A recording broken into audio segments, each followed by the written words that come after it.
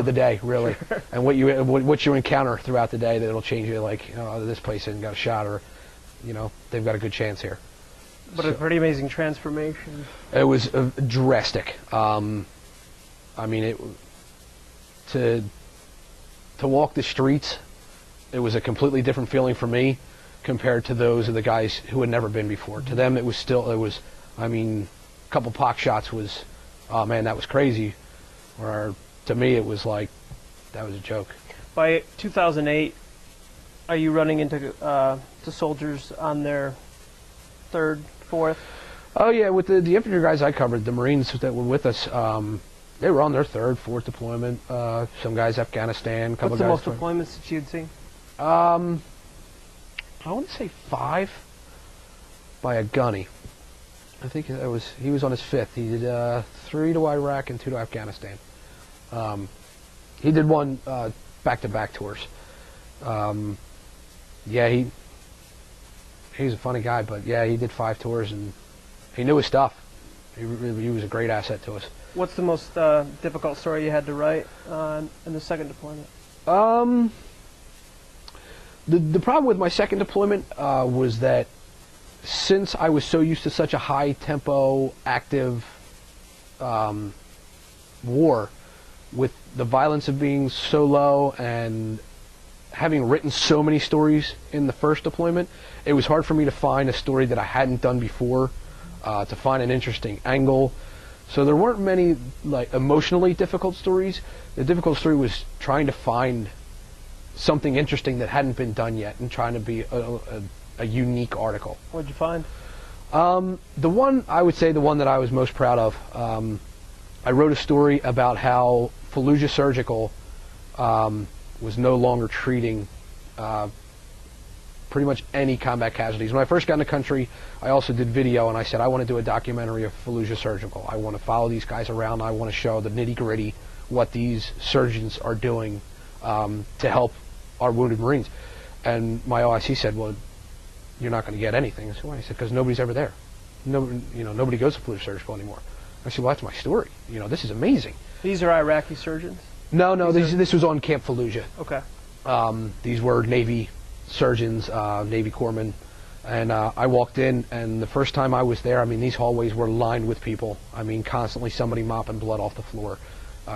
You got to have a hole the size of a $50 in you to be put anywhere near the front of the line, because guys were coming in missing limbs, bullet holes. It was insane to go in there. If you weren't injured, you weren't allowed in.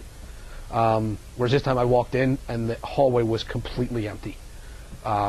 And that was the most interesting thing. And there was a sign out front that said no blood needed, where you used to hear, hey, if anybody's got A positive, A negative, whatever your blood type was, you need to get over there now and give blood. They need it. They were tapping into their blood bank every day. This is essentially the ER.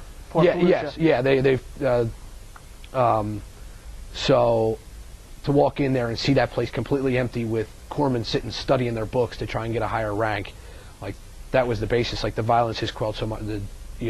It's so much safer here. The Iraqi people are working hand in hand with us. They're working hand in hand together, and this place is much, much better. It's a pretty amazing story. I mean, were you able to use both pieces, both the one from '07 and this one as a? I used it as a reference. What I tried to do, like I said, I try to stay out of my stories. Sure. So what I did was I found corpsmen who had worked at Fallujah Surgical in 2006 and 2007 when I was there. You found them in theater? I found them at the hospital again. And they had been there both times. So to get their perspective, saying, we received, 117 casualties in a 24-hour period, and then for them to sit and say, I haven't seen a casualty in 3 months. I treated a kid's hernia from lifting the other day, but that's about it. So that was the way I tried to incorporate both deployments and try and keep myself out of it. I also quoted, several General Petraeus talking to the Pentagon, and I used a reference for the awakening, where the tribes came together and decided to denounce Al-Qaeda and work with coalition forces. What's the highest ranking or most famous official? Did you get to interview anyone of? Well, I interviewed a ton of athletes. Aaron Rodgers, Donald Driver. I interviewed a half a dozen UFC fighters who have held the title.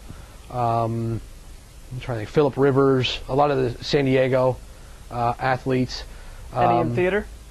Chuck Norris in theater. He was the only one I got to see, and I actually asked him why he came to see us. That was on my first deployment. I said, why would you come all the way out here to see us? And he said, I wanted to see the guys everybody else was afraid to see. So that was pretty cool. He came out to where everybody else, no one else, took the risk to come and see my battalion because of where we were, and Chuck Norris came out. So that was really cool.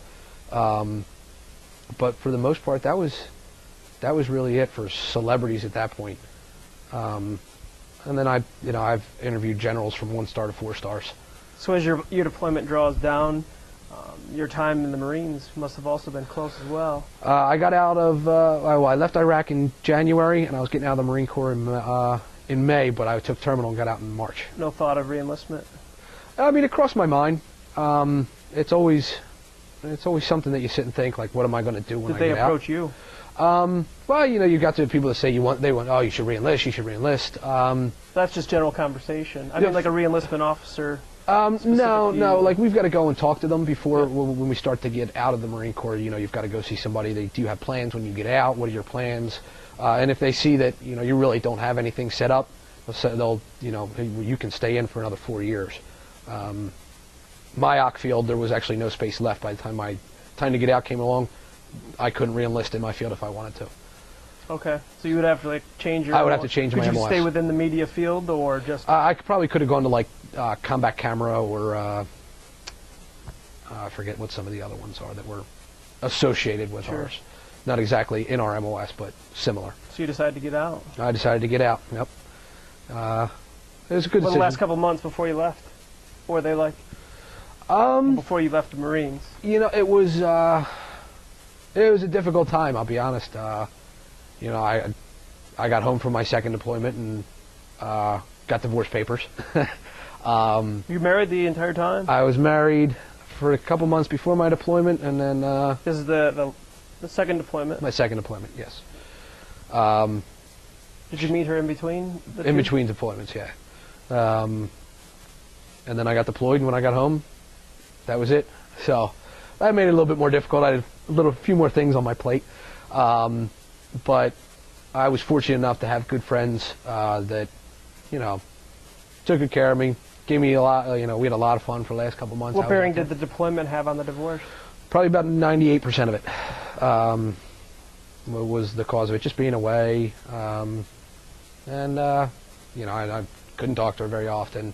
I think it was just too much stress for her to handle, and, just took off in a different direction. So you're home, you're divorced, and you're getting out of the Marines within a month? Yeah, so it was, that January, and then I got out in March. So I ended up living with a friend of mine and his family. They took me in. His father was a Marine, fought in Desert Storm.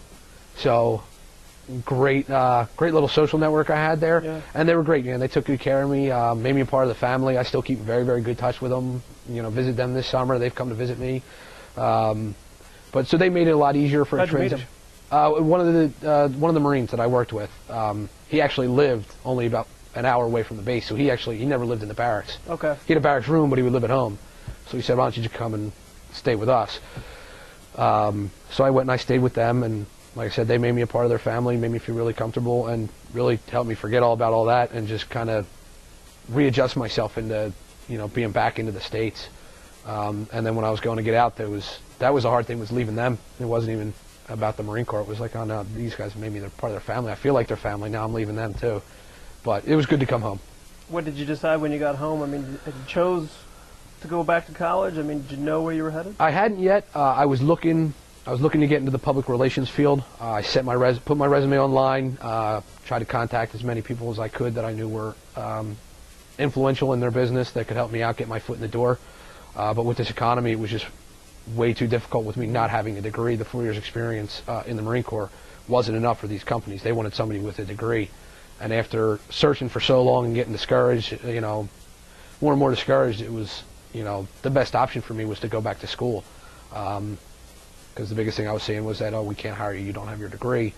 Where this, I wasn't getting anything accomplished by going to all these interviews, but if I go to school, one, I'm getting my education, but two, it's one step closer to getting into the field I want to be in and getting a job. Are you apprehensive about going back to school? I was. As a veteran, or as a student, or as a veteran student?